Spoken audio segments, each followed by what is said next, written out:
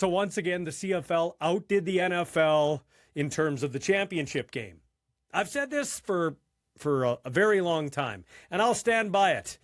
And people often misunderstand what I'm saying. Maybe I'll speak slowly for them.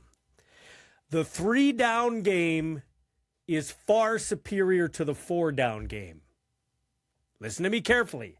The 3-down game is far superior to the 4-down game. I didn't say the CFL is superior to the NFL. Never said that. But the 3-down game is the best version of football on the planet. And it was proven in these last playoffs. Now, there are more playoff games in the NFL because there are more teams. And really, that's why the NFL is more popular. More teams, more advertising dollars, more money, betting, fantasy. The CFL can compete with that, okay? But the Grey Cup, the playoffs in the CFL, way more entertaining, way more exciting than the NFL.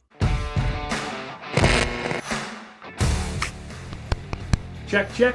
1, 2, 3, 4. Let's go!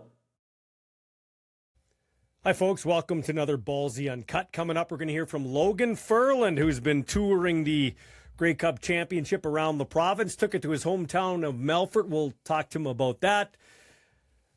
You know, his thoughts on the Grey Cup, his thoughts on the offseason, his thoughts on running it back with the team, and on being a role model for Saskatchewan kids.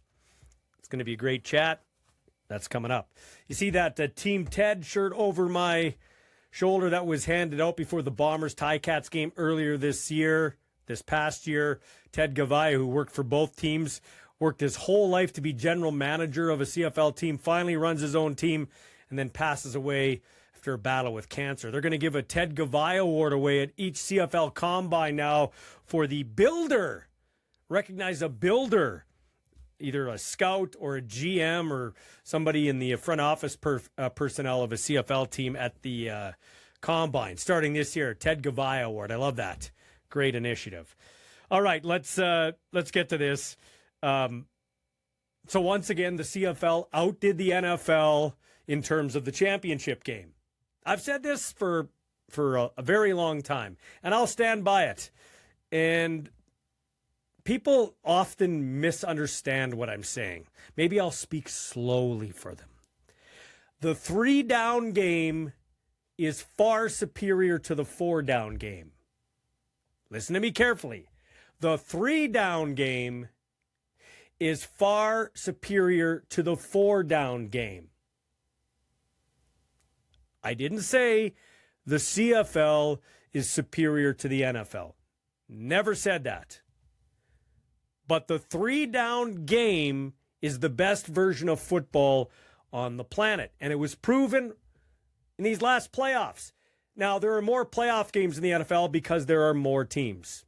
And really, that's why the NFL is more popular. More teams, more advertising dollars, more money, betting, fantasy. The CFL can compete with that, okay? But the Grey Cup, the playoffs in the CFL, way more entertaining, way more exciting than the NFL. But let's start the halftime show. Now, I'm not going to get into all the political stuff about it, but everybody was talking about what a great cultural thing it was. Well, when you see the lyrics, when you actually read the lyrics and translate them into English that Bad Bugs Bunny was spouting off there, they couldn't use English subtitles because just sickening, vulgar language. And if you paired that up with what you saw guys grabbing their crotch and grinding against each other and women shaking their ass, how was that a wholesome Super Bowl halftime show for families huddled around their TV watching the game? And if you paid thousands of dollars to go to the game, you couldn't even see the halftime show. You had like grass blocking your view. I mean, the spectacle on TV, like the production is always great. You can't argue with that. The way they set it up and take it down, Absolutely. Do I like the Latin culture, the Puerto Rican culture? Sure. Sure. I have no problem with that. But our halftime show in the CFL the last 3 to 5 years has been better than the NFL's. And this halftime show was the worst of all time. Now, that was two things. It was an FU to Donald Trump. It was over ice. That's blatantly what it was. I mean, why else do you let a guy who doesn't stand for the national anthem, the U.S. national anthem, and says he hates the U.S., why do you let him perform your greatest, the number one American pastime now? It's not baseball, it's football. Why do you let that guy perform at your number one cultural, sporting event on the biggest sporting stage? He's your guy. And he doesn't sing a lick of English. Not a lick of English. Now, I'm not against Spanish, Latin, Mexican. I'm not against that. I'm not against anybody. But that was an FU to Donald Trump, or it was arrogance. It was arrogance in that we got the 18 to 55, 60-year-old white guys. They're always going to show up watching the game. We need to attract others. We're going to expand. We're doing all these international games. So that's a big fuck you to Trump and a big fuck you to your fan base that has supported you all these years. I mean, that's not representative of the NFL fan base. Come on, let's just be honest. It's not. There are 32 players in the NFL with Latin heritage. 32. That's one per team on average. Come on. That's not representative of what's going on in the league or your fan base. I guess business-wise, if that Super Bowl was in Puerto Rico, the game was in Puerto Rico, I get the halftime show. It was in the United States of America. Yes, there's a big Latino population there. And I'd be all for some Latino, some English. But who am I? I'm just a white guy. Who cares? Who cares? So whatever. But your biggest game, keep the politics out of it. Can we just keep that the whole, FU to Trump out of it, whether you like him or not? And listen, his first term, I like the guy. The second term, I like some of the things he's doing, but a lot of other things I don't like what he's doing. So I can't say I'm on Team Trump. But I wasn't on Team Bad Bugs Bunny either. Also, if we're trying to attract Latinos, if that's what we're trying to do, so we're just going to have the whole halftime show in non-English, why have Mike Tirico and Chris Collinsworth call the game? Have the Spanish broadcast team come in and call the Super Bowl on NBC. Why not do that? You look at what that game was all about. Yes, it was a great defensive game. Seattle had an epic defense. New England played great defense. The quarterbacking on both sides was just average. I mean, Darnold didn't have to do too much, and apparently Drake May, he was overwhelmed. It was his second year. His left tackle he couldn't block. Apparently he had a knee injury too. But, I mean, the quarterbacking was subpar. The game was boring. And this is what our commissioner wants to go to in the CFL. He wants to go to this. This is what we're aspiring to be. This is excitement. The only reason people are watching the NFL isn't because of the game. Yes, there are elite athletes. I get it. But it's because of the betting and the fantasy and all the money around it. It's sizzle. It's not steak. The CFL has the secret sauce, but they don't know how to market it. They don't know what to do. They can't seem to get out of their own way when it comes to promoting. And so we'll just abandon what we've done. We'll get rid of our secret sauce. We had Kentucky Fried Chicken, but let's just do what Popeyes is doing now. What? You had the secret skin and the gravy and all that stuff. What are we doing here? What are we doing here? Viewership in Canada for the NFL, for Super Bowl, down 20% year over year. Down 20%. Now, some people will tell you, it crushes the Grey Cup in viewership. Well, it probably should. It's the Super Bowl. And I'll just say it. Yeah, TSN does a decent job. Listen, if it wasn't for TSN, we wouldn't have the CFL right now because they gave money. And by and large, they do a pretty good job during the season. But they send 10 people to go to the Super Bowl to cover the Super Bowl.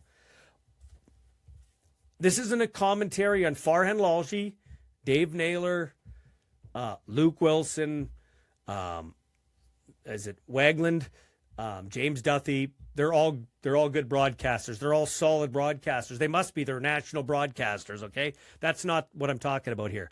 Why are they going to the Super Bowl? Why do we need them there? Were there any Canadians playing in the Super Bowl? I didn't do a deep dive, but I don't think there were any Canadians playing in the Super Bowl. So why would I need those guys, and Davis Sanchez too, why would I need those guys to analyze for me back in Canada? I have NBC. I have the NBC feed on TSN. I can get what Collinsworth and Tirico and Melissa Starks and Tony Dungy and Rodney Harrison, those kind of guys. I can get their analysis. Why do I need those guys to be at the Super Bowl? They're not bringing me anything different. Take that money and focus it on the CFL. Maybe spend it on the combine. Maybe spend it on the draft to have it all on TV. Maybe you don't cut costs during the season and put more production into your football broadcast with more feature interviews and everything. Fly Dave Naylor out to Calgary or Winnipeg or somewhere to get him to do features. He's good at those feature interviews. Why not more from Farhan Lalji or Luke Wilson breaking down the game? Instead of telling me how crappy my CFL is, how about he tells me how great the CFL is, like he does from time to time, and break it down because he's good at breaking down stuff.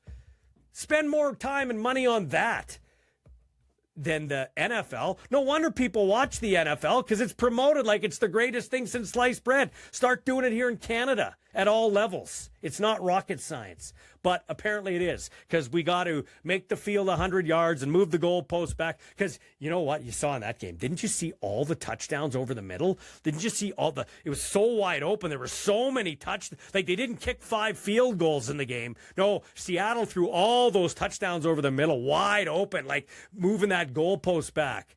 100-yard fields. Oh, it's so great. You mark my words, folks. You mark my words. They do these rule changes. They do these rule changes, and that's going to be the death knell for this league at some point. You're getting rid of the secret sauce. I don't understand. Right there, the proof is right there in the pudding. We got things working in the right direction. Record scoring. Profits are up. I thought only 2 teams made money. Profits are up in the CFL.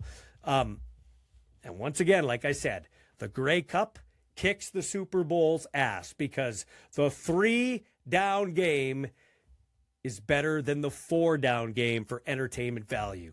It is. It totally is. We were doing RPOs before them. We moved the PAT back. They took that. I'm surprised they haven't gone to motion. Although with the small field, I don't think you can get unlimited motion. It would be too tight, and there would be a lot of collision. So I don't know. I hope the commissioner really starts to revisit his brainchild rule changes. Anyway, coming up, Logan Ferland. I'll even pick his brain about some of this stuff. Well, it's been 12 years between Grey Cup, so naturally the celebration just keeps going on and on and on. Was it a pinch me moment for you to go back to Melfort and bring the cup there where your football career began? It really was. Believe it or not, I had dreamed of that exact moment of going back there, being able to bring the cup to Melfort, and it really was a pinch myself moment. When did you dream that? That would have been my grade 12 year. I just really had that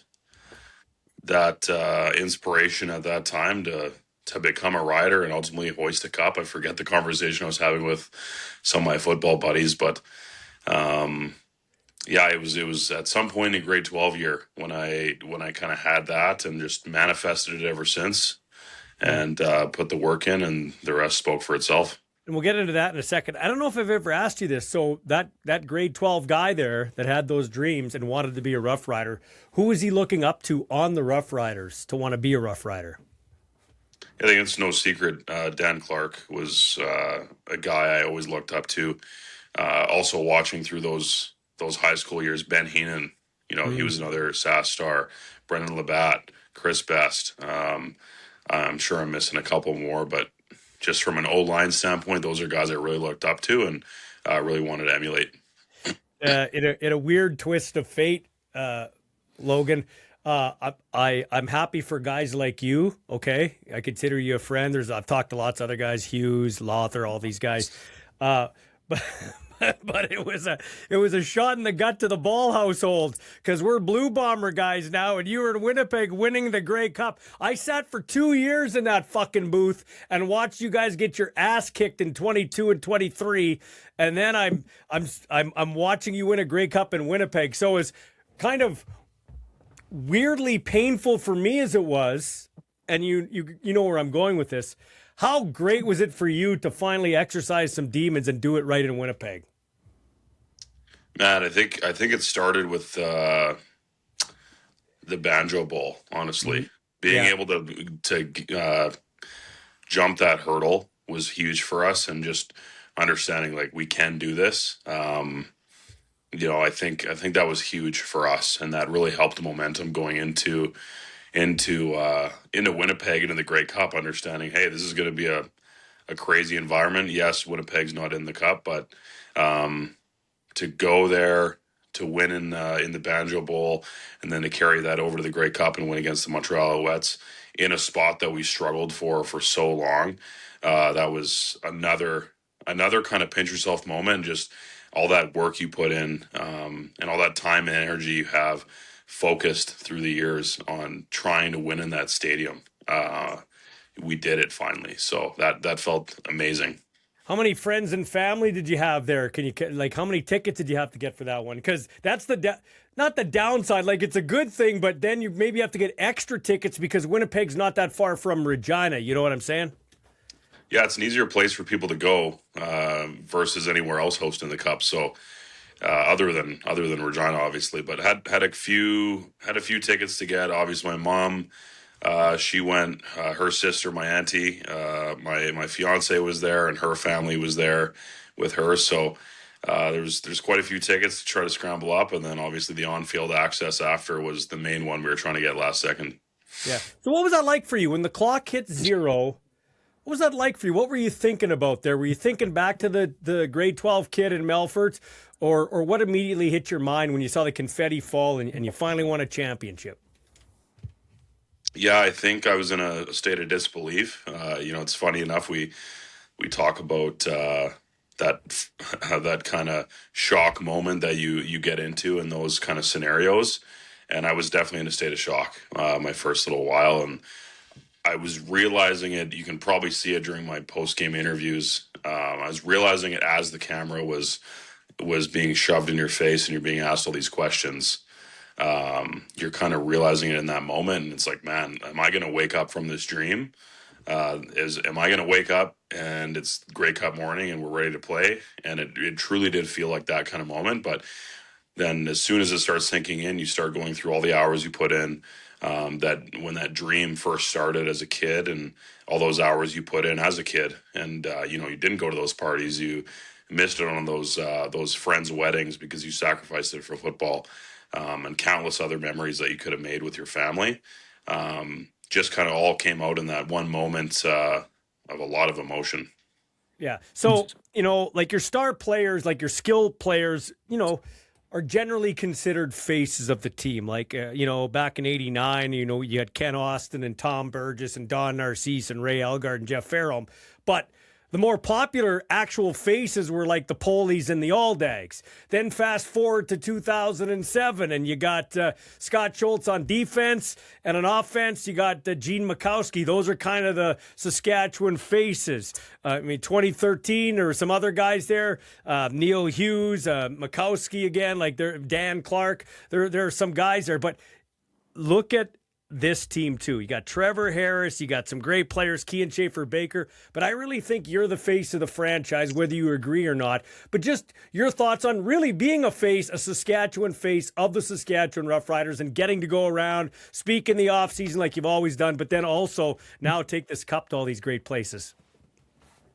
Yeah, like I don't necessarily agree with you on that. I don't think I'm the face of the franchise. I think I'm a good example of what a kid from a small town can do and live that dream of being that SAS player.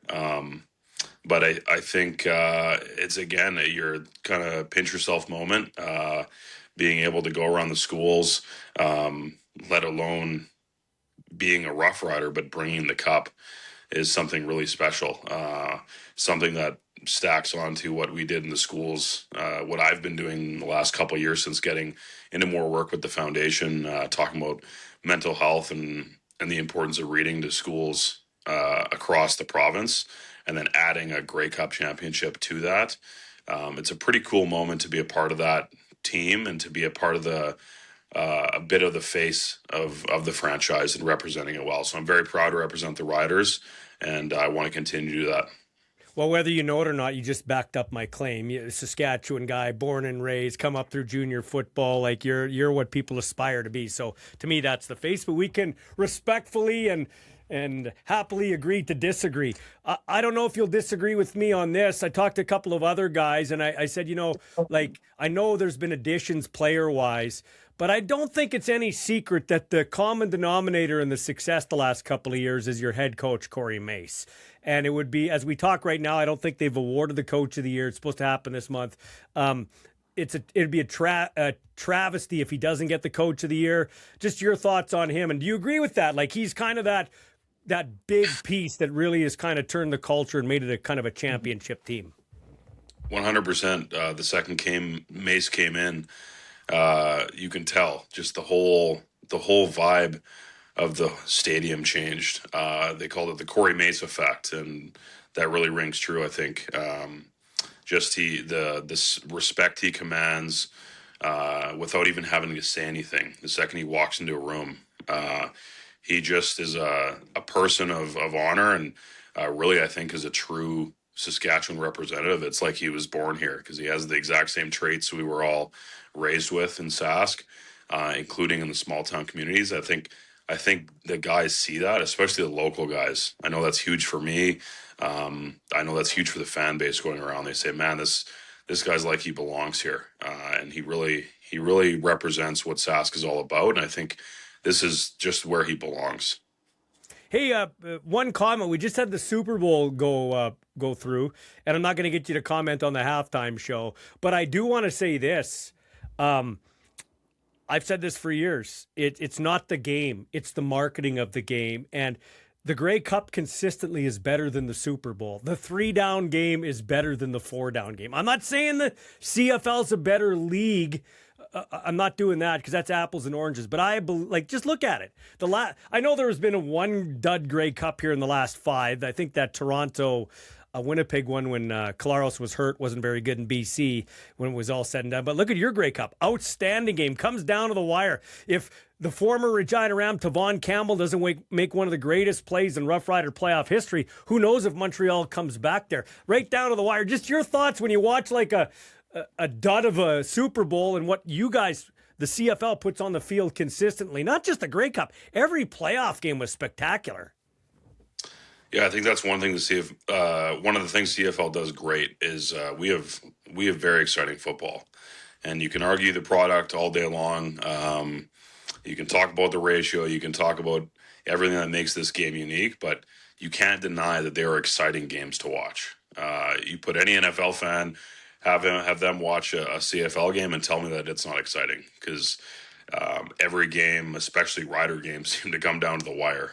There's not a lot of blowouts. There's, a lot more high-scoring games. You get your odd boring one once in a while, but the 3-down game makes things exciting. Listen, I don't think you're going to disagree with me. I've been a defender of the Canadian, the C, and the CFL for a long time. And that's why the ratio is important. I've said this about Brett Jones. I've said this about Heenan. I've said this about Labatt. I think they're all I'm just using those 3 guys because you're kind of in the same camp. I'll throw you in there. Logan Ferland. All talented, top of the line, proven offensive linemen, proven players. But if there was no ratio, because of some of the bias, I don't know if you guys would get an opportunity to show how good you are, because it would just be filled with Americans. And there's nothing against Americans. I love Americans, lots of great Americans. But it's because of the ratio that you get a chance to do what you do and take the cup back to rural Saskatchewan. And if we were filled with Americans, that wouldn't happen. That's why the ratio is important to me. And that's why I hope your PA, there's always an attack on the ratio, and I feel like there will be one again coming here with all these rule changes. My words, not yours. But I hope your PA stands firm on the ratio, because it is important to the CFL. And if it's gone, that will be a death knell to the CFL. That's my opinion. Yeah, I really hope we can keep that consistent throughout the years. I know, you're probably not wrong in your opinion of maybe that trying to be eliminated, or whether that's a long-term thing or every year they try to take one down.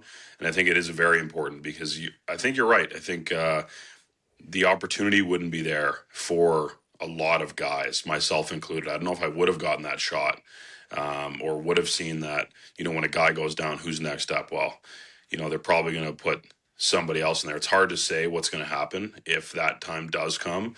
But I think something undeniable is that we're a very passionate fan base, and you're going to lose a huge part of what makes the Canadian football game, the CFL. You're going to lose a huge part of that fan base if you were to take that ratio away. I think that's regardless. It speaks to itself. Like my Melfort tour that I went on, I was I'm one guy from Melfort, and I think I was signing autographs for 2.5 hours, and they could have kept that line going. And that was straight. So the fact that many people are coming out to an event like that in a smaller town is pretty cool. And I think you lose a lot of that if it's strictly an American game. Yeah. So do you ever get guilty of stopping the autograph line? Like, you'd hate to be that little Logan Ferland at the end of the line that didn't get the autograph. I know you can't do it forever, but is there, because you're such a good dude, I would think you'd sit there for 10 hours if you had to. Yeah, luckily we signed everyone's autographs. We got to cut some conversation short, but everybody there that came out and wanted an autograph got an autograph, and we talked a little bit. But luckily, I don't get paid to cut the line off. That's for the that's for the rest of the rider crew there that was there. So yeah. Unfortunately, they have that job. I would never want that job. Hey, it's a gross business sometimes in terms of, you guys won a championship and you were all together in the locker room. I wasn't there, but I saw the social media. It was great to go behind the scenes and see that from afar. But a lot of guys aren't coming back, and that's just the nature of the business. I'd like you to comment on a couple of guys that aren't coming back, who I consider friends. Let's start with A.J. Allen. Here's the guy that cut his teeth as a Core 4 special teams guy, worked his ass off, got a break, became a Canadian starter and an impactful Canadian linebacker, and was a big part of you winning a championship, and he gets a big payday. Just your thoughts on A.J. Allen. Yeah, incredible player, incredible loss to our team having him gone. Just the impact he has on our team as a leader, not only in the locker room, but away from the football field, away from the locker room, getting the guys together all the time. It's going to be a hard one, but I mean, I will never complain when a guy goes to get paid. When a guy wants to go get what you've earned, go get that, because not every team can afford that depending on the position they're in. And as everybody knows, once you have a Grey Cup championship team, you're going to lose a lot of guys the next year, because there's a reason why those guys are a Grey Cup championship team. They're gonna get paid, and you have to be willing to go somewhere else sometimes to get paid. I've always been a player first guy. You know that. I don't have to say that anymore. One guy that, and I'm not going to lie to you, during the season, and I told him straight to his face, said, on my post-game show, I said, gee, I wonder, is it going to come down to a Brett Lothar kick where it's going to hurt this team? And he's not the same Brett Lothar this year. And I spoke to Brett. He was battling a terrible back injury all year. His wife had a baby, so that's the off-field stuff. So people forget that you guys aren't just robots. You're actually players. They forget about that. And this is a guy that I remind people, when you had to have him, he was there. Yes, he missed a kick in the Grey Cup, but he outkicked Sean White in a West final that you won by 3 points. And he goes down as he leaves Saskatchewan as the most accurate kicker in the Riders' history. And here's another thing about Brett Lothar that tells you how classy this dude is. He got released before his bonus, and he found out about the release earlier in the week before that Roughrider Foundation hockey tournament, which he spearheaded starting back in the day. And he told the team, don't announce it till after I'm done playing in this thing because I don't want to ruin the event and overshadow the event. If that isn't a classy dude, I don't know what is. And I just want your thoughts on a great teammate, a great ambassador on and off the field. And I am happy for all you guys, but I'm happy that he leaves as a Grey Cup champion. Yeah, I echo that exact statement. Brett's an amazing guy. He dealt with a lot of stuff this in the past season, and whether they hate on him or not, we won that Grey Cup in the end because of every single person on that roster, and Brett was one of them. And Brett contributed a great deal. We wouldn't have won that cup without Brett Lothar being on the team. That is a fact. And you can say what you want, but I am so excited for him that he was and so happy for him that he was able to end his time with the Riders with a Grey Cup champion. It doesn't get much better than that. And yeah, class act, dude. Has taught me a lot about public speaking. Been a great example and a great leader with the foundation, and I really hope he continues that path because I think that's what he was born to do. He's great at it and has spearheaded that foundation and has been the face for a long time. And I'm looking forward to see what his future holds here. Okay, I'll let you go here. 2 quick questions though. What are you going to do? Like you've done this tour. Are you going to unwind for a bit and just not do any media stuff and just relax, go to a beach somewhere or do something to just wind down with your fiance? Yeah, we're going to try to.